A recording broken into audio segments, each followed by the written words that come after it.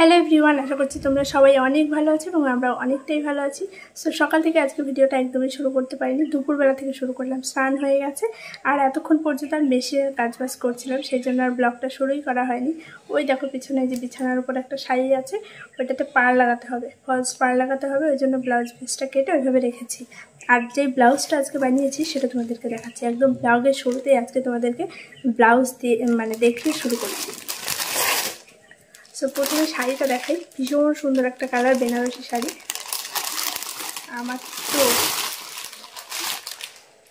আমার তো কি মারাত্মক পছন্দ হয়েছে না, কি বলবো, কালারটা অসম্ভব সুন্দর কালার। আর শাড়িটাও ভীষণই ভালো। এটা হচ্ছে পাড়, একদম পালকিতে করে বউ নিয়ে যাচ্ছে, নতুন বউয়ের শাড়ি, ডিজাইনটা আর কি। আর কাপড়টাও ভীষণ ভালো, একদম পিওর বেনারসি। কালারটা অসম্ভব সুন্দর। এটা মোটেও আমার নয়, কিন্তু এটা একটা অর্ডারি ব্লাউজ আর কি বানিয়েছি আমি। তো কালারটা খুব পছন্দ হয়েছে এবং শাড়িটাও খুব পছন্দ হয়েছে। তো দেখা যাক, সামনে তো দাদার বিয়ে আসছে, কেনাকাটা তো করতেই যাব আর কি। দেখে রাখছি কেমন কী ধরনের শাড়ি নেবো, এখনও পর্যন্ত ডিসিশন করে উঠতে পারছি না। কী কালার নেবো আমি সেটাই বুঝতে পারছি না। তোমরা একটু সাজেশন দিও তো, যে কী কালারের শাড়ি আমাকে বেশি ভালো লাগবে। লাইট কালারে পরবো নাকি একটু টকটকে কালারে পরবো, আমি বুঝে উঠতে পারছি না। হ্যাঁ দেখো, ব্যাক সাইডটা একদম প্লেনের মধ্যে, ব্যাক সাইডটা একদম রাউন্ড। আর এই হচ্ছে লাটকান।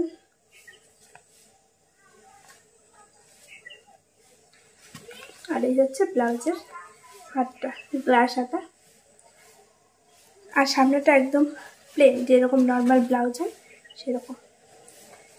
তো এই গেল হচ্ছে ব্লাউজ। আর শাড়িটা তো অসম্ভব সুন্দর, কেমন হয়েছে অবশ্যই জানিও ব্লাউজটা। তো এটা বানিয়েছি, তো এই ব্লাউজটা বানিয়েছি। আর অন্যান্য ব্লাউজের পিস আরও কেটে রেখেছি, সেগুলো এখন বানাবো। সারাদিন কারেন্টের প্রচুর প্রবলেম হয়েছে, তার মধ্যে থেকে এই ব্লাউজটা বানিয়েছি। আর গাছের থেকে ছিঁড়ে নিয়ে আসলাম একদম লাল টুসটুসে একটা স্ট্রবেরি। দেখো আমার গাছে, এর আগে এর থেকে বড় একটা হয়েছিল, সেটা ভেবেছি কি ভালো করে একটু লাল লাল হবে, পাকবে, তারপরে ছিঁড়বো। কিন্তু আজকে গিয়ে দেখি পুরো নষ্ট হয়ে গেছে, অনেকদিন আগেই আর কি পেকে গেছে, নষ্ট হয়ে গেছে, ছেঁড়া হয়নি। তো এটা আজকে ছেড়ে নিয়ে আসলাম। এটাও না দেখলে নষ্ট হয়ে যেত, একদম লাল টুসটুসে হয়ে গেছে। এটা হচ্ছে আমার গাছের স্ট্রবেরি। আবার ও বাড়িতে অনেকটা জায়গা নিয়ে না পুরো ঝাড় ছিল, সে স্ট্রবেরি গাছে পুরো ঝাড় ছিল, যেমন চাষ করে না সেরকমটা ছিল। কত পাড়ার লোকজন আসতো, গাছ নিয়ে যেত, গাছ নেবে। আর এমন হয়েছিল, এত এত স্ট্রবেরি হতো, মনে হয় যেন বিক্রি করা যাবে, এত প্রচুর পরিমাণে স্ট্রবেরি গাছ হতো। 2 বছর আগেও হয়েছে, কিন্তু এখন গাছগুলো নষ্ট হয়ে গেছে। আছে 2-4-5টা, কিন্তু বেশিরভাগ গাছই ওই বর্ষার সিজন আসলে নষ্ট হয়ে যায়, গাছে জল দেওয়া যায় না। স্ট্রবেরি গাছ খুব সেন্সিটিভ একটা গাছ, একটু বেশি যত্ন করতে গেলে আবার মারাও যায়। তো আমার অনেকগুলো গাছ লাগিয়েছিলাম, তার মধ্যে থেকে একটা গাছই এখনো পর্যন্ত বেঁচে আছে। আর সেই গাছে অনেকগুলো স্ট্রবেরি হয়েছে। একটা তো নষ্ট হয়ে গেছে, আর একটা ছিঁড়ে নিয়ে এসেছে, আরও 2-3টে ছোটো ছোটো হয়ে আছে। তো চলো এখন থেকে ব্লগটা স্টার্ট করলাম। জানি না রাত পর্যন্ত কতটুকু কী শেয়ার করতে পারবো, এবং আজকের ব্লগে তোমাদের সঙ্গে শেয়ার করব যে আমার যেই নেকলেসটা নিয়েছিলাম তার ওয়েট কতটা আছে এবং কত টাকা টোটালে পড়েছে। তো একদম রাত্রেবেলায় তোমাদের সঙ্গে সেই ভিডিওটা শেয়ার করবো। কারণ চলো এখন যাব আমি খাওয়া দাওয়া করতে। এটাই যে প্যাকিং করে রাখছি, তারপরে একটু খাওয়া দাওয়া করে এসে তারপরে আবার মেশিনের কাজে বসবো। 2-3 দিন পর আরও 2টো ব্লাউজ আমাকে দিতেই হবে। তো সময় সুযোগ বুঝে করে রাখি, কারণ হচ্ছে কারেন্ট থাকছে না। আর এর মধ্যে আমাকে একদিন বাজারেও যেতে হতে পারে।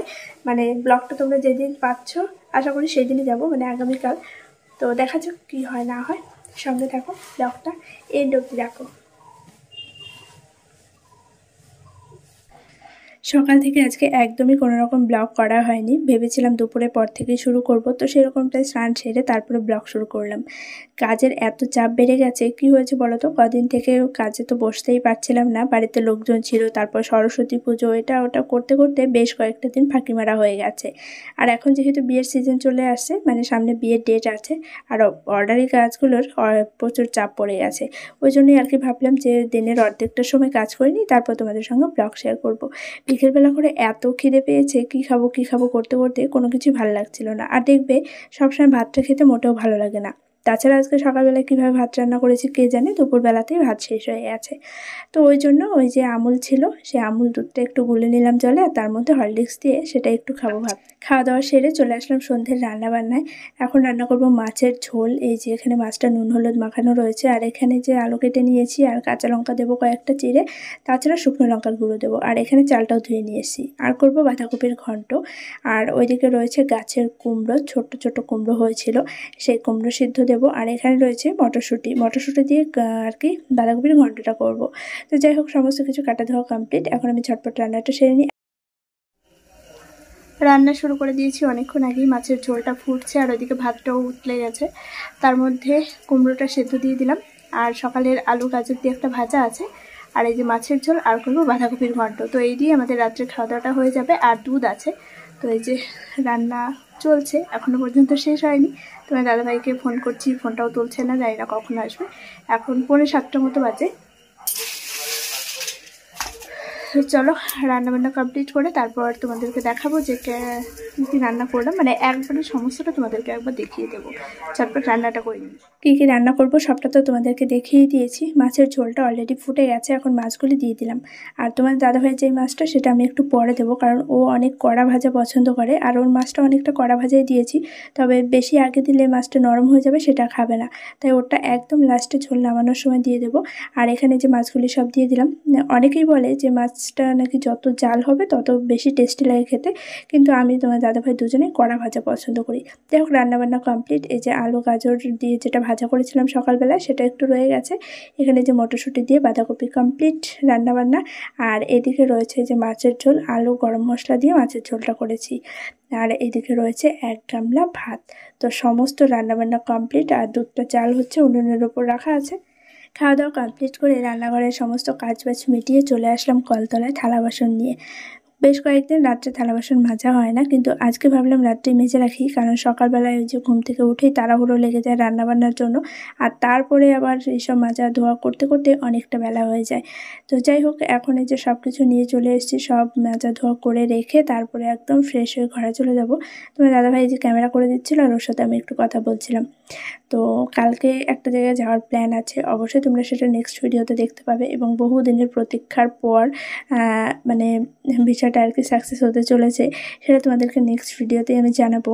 আর যে নেকলেসটা নিয়ে তোমরা অনেকে অনেক কমেন্ট করেছো, অনেকে বলেছো যে গোল্ডের মধ্যে কিছু একটা নিয়ে আসার জন্য, আবার অনেকে খুব বাজেভাবেই মন্তব্য করেছো, একদমই ভালো লাগছে না।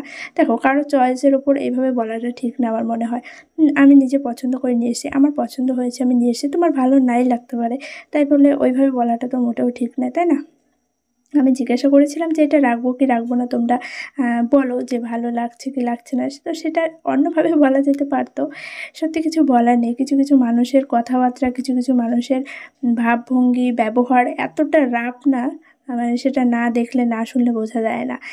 ভীষণই খারাপ লাগে যখন ওইভাবে বাজেভাবে কমেন্টগুলো করে। অনেকেই বলেছে যে ভাই তুমি চেঞ্জ করতে পারো, গোল্ডের মধ্যে কিছু নিয়ে আসতে পারো। হ্যাঁ, অবশ্যই নিয়ে আসতে পারি, তবে দেখো, গোল্ডের মধ্যে কিছু আনতে গেলে যথাসাধ্য টাকাটা প্রয়োজন, তাই না? তো এই মুহূর্তে সেইটা আমাদের সামর্থ্যে নেই। তবে দেখা যাক কী হয় না হয়, এখনও পর্যন্ত সেভাবে কিছু বলতে পারছি না। তবে দেখি তোমার দাদাভাই কী বলে। ও তো বারবারই বলছে যে নিয়ে এসছো যখন একবার একটু মানে পড়ো, কিছুদিন পড়ো, তারপর না হয় এক্সচেঞ্জ করে নেওয়া যাবে। তো বুঝতে পারছি না কী করবো না করবো, দেখা যাক। আর তোমরা অনেকেই বলেছো ভিডিওতে তোমাদের নাম নিতে, তো এই ভিডিওতে আর নেওয়া হলো না। দেখি নেক্সট ভিডিওতে অবশ্যই নেওয়ার চেষ্টা করব। আর আগামী দিনের ব্লগটা কেউ মিস করো না, আমাদের কাছে ভীষণ স্পেশাল, জানি না তোমাদের কেমন লাগবে। বাইরের সমস্ত কাজবাজ মিটিয়ে একদম ফ্রেশ হয়ে চলে এসেছি ঘরে। সন্ধ্যাবেলা তো রান্নাবান্না তোমাদের সঙ্গে শেয়ার করেছি, কী কী রান্না হয়েছিল। তারপর খাওয়া দাওয়া কমপ্লিট করে থালা বাসন সব কিছু মেজে ধুয়ে রেখে আমরা দুজনে হাঁটতে হাঁটতে গেছিলাম একটু রাস্তার দিকে।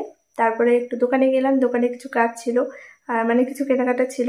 সকালবেলায় কি রান্না করব সেগুলো নিয়ে আসলাম, সব কিছু এনে রেখে তারপর বসেছিলাম গল্প করতে। এখন বাজে 10:30। তো গল্প মোটামুটি শেষ হয়েছে। একজন এই যে ফোন নিয়ে শুয়ে পড়েছে, এখন উনি ফোন ঘাটায় ব্যস্ত। আর এবার আমি তোমাদেরকে কিছু কথা বলবো, যেটা 2 দিন আগে আমি একটা ভিডিও আপলোড করেছিলাম, যেখানে তোমার দাদাভাই আমাকে একটা জিনিস গিফট করেছে। তো সেটা তোমরা সবাই দেখে নিয়েছো, এবং সেটাতে প্রচুর প্রচুর কমেন্ট এসছে যে দিদিভাই ওই নেকলেসটার ওয়েটটা কত আছে এবং কত টাকা পড়েছে, এবং তোমাদের অনেকেরই অনেক পছন্দও হয়েছে। তো এমনও কমেন্ট এসছে যে স্ক্রিনশট করে রাখলাম, আমিও একটা বানাবো। আবার এরই মধ্যে গতকালকের যে ভিডিওটা পোস্ট করেছি সেখানে মানে মানুষ এত বাজেভাবে কমেন্ট করে, সত্যি কিছু বলার নেই, যে একদমই ভালো লাগছে না। মানে এইভাবে বলার কি আছে, কেউ কেউ ওই জিনিসটাই অনেকে পছন্দ করেছে, আবার কারো কারো হয়তো ভালো নাই লাগতে পারে, সবার তো সব জিনিস ভালো লাগে না। তো যাই হোক, সেই সব কমেন্টে আমি যাচ্ছি না। তো যেটা বলার তোমাদেরকে, তোমরা ওয়েটটা জানতে চেয়েছো এবং কত টাকা কি খরচা পড়েছে। তো ওয়েট বলতে ওইটা 2 গ্রামের থেকে একটু কম আছে, হ্যাঁ একদম 2 গ্রাম নেই, তার থেকে একটু কম আছে। আর কত গো দেখলাম ওটা 1 গ্রাম 700 মিলি, যাই হোক এরকম টাইপের, মানে 2 গ্রামের থেকে কম। আর ওয়েট আছে, ওয়েটটা তো বলে দিলাম। আর সেই মানে ওয়েট অনুযায়ী এবার যেই দিন তোমরা নেবে সেই দিনকার সোনার বাজার ঠিক কেমন যাবে না যাবে তার উপরে তোমরা একটু হিসেব করে নিও, ঠিক আছে। তো খুবই একদম লাইট ওয়েটের মধ্যে, জাস্ট দুটো ফ্লাওয়ার মোটিভের দুটো ইয়ে আছে, তো একদমই লাইট ওয়েটের মধ্যে। আর আমার বাজেটের মধ্যে যেটুকু হয়েছে আমি সেটুকুই নিয়েছি। মানে একজনা বলেছে একদমই ভালো লাগছে না, আবার একজনা বলেছে যে চেঞ্জ করে পুরো গোল্ডের মধ্যে কিছু একটা নিতে। তো সেরকম ইচ্ছে তো সবারই থাকে, তাই না? আমিও যখন দোকানে যাই চোখের সামনে যেটা দেখি সেটাই ভালো লাগে, গোল্ডের যে কোনো জিনিসই ভালো লাগে, সে ডিজাইন তোমার যেমনই হোক না কেন। তো সেরকমটা আমারও খুব পছন্দ হয়, কিন্তু পছন্দ হলেও যে সবসময় সবটা নেওয়া সম্ভব তা তো নয়।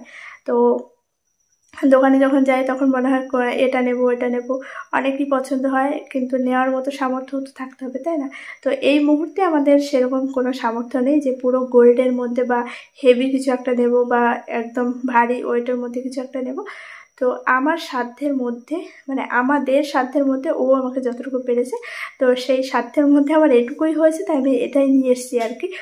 তো আনার পরে একটু প্রবলেমে পড়েছি, কারণ আমি বুঝতে পারছি না এটা পুঁথির জন্য কি এরকম হচ্ছে, পুঁথির মানে মালাগুলো কি এরকমই হয়, সত্যি আমার সেটা জানা নেই। বা টার্সেলটার জন্য হতে পারে, টার্সেলটা অনেক সময় বাঁকা বাঁকা হয়ে থাকছে তার জন্যও হতে পারে। তো দেখা যাক, যখন আমি বাজারে যাব একবার নিয়ে যাব, দোকানে গিয়ে দেখাবো কি বলে না বলে। যদি ঠিকঠাক হয়ে যেত খুবই ভালো কথা, না হলে বুঝতে পারছি না জিনিসটা যে আমার একদম পছন্দ নয় সেটা না, জিনিসটা পছন্দ করেই নিয়ে এসেছি, কিন্তু ওই যে পরলে ঠিকঠাক হচ্ছে না, গলার মানে সাথে যদি একটু উল্টে থাকে, জিনিসটা যদি সেট না হয় তাহলে তো সেটা পরলেও ভালো লাগছে না, না ওইটাই আর কি প্রবলেম। তো দেখা যাক, যদি ঠিকঠাক হয় তো খুব ভালো কথা, আর যদি না হয় তাহলে ভেবে দেখবো। তোমার দাদাভাই তো বলছে যে নিয়ে এসে যখন কিছুদিন পরো তারপরে দেখা যাবে। তো এটাই আর কি। আর তোমরা যে বলছো যে গোল্ডের মধ্যে নিয়ে আসার জন্য, তো অবশ্যই যদি সেটা সম্ভব হতো বা যদি সম্ভব হয় তখন অবশ্যই নিয়ে আসবো। এই মুহূর্তে জানি না পারবো কিনা, তবে চেষ্টা করবো ওইটাই ঠিকঠাক করে নিয়ে আসার জন্য। আর এটুকুই বলার ছিল। আর তোমরা তোমাদের যদি পছন্দ থাকে তোমরা দোকানে গিয়ে দেখাতে পারো ছবিটা, আর তোমরা কেমন ওয়েটের মধ্যে বানাতে পারবে সেরকম ওয়েট অনুযায়ী, আর সেই দিনকার সোনার বাজার ঠিক কেমন থাকবে তার উপরে ভিত্তি করে দামটা সেরকমটাই হবে আর কি। তো যাই হোক, চলো আজকের মতো ভিডিওটা এখানেই এন্ড করছি। দেখা হচ্ছে আগামীকাল একটা নতুন ভিডিওর সঙ্গে। আজকের সারাদিনের ব্লগেও সেরকম কোনো কিছু শেয়ার করতে পারলাম না, কারণ মেশিনের কাজে বসেছিলাম। তার মেশিনের কাজে বসলে বাইরের কাজকর্মই তাড়াহুড়ো করে আবার ওইভাবে চলে এসে মেশিনে বসতে হয়, তো সেই জন্য ক্যামেরা সেট করে কাজগুলি করা হয়ে ওঠে না। তো যাই হোক, চলো গুড নাইট, সবাই খুব ভালো থেকো, সুস্থ থেকো। দেখা হচ্ছে আগামীকাল আবার একটা নতুন ভিডিওর সঙ্গে। আর এই যে মাছের খাবার দিয়েছে, ওটা খোলা ছিল তাই লাগিয়ে দিলাম।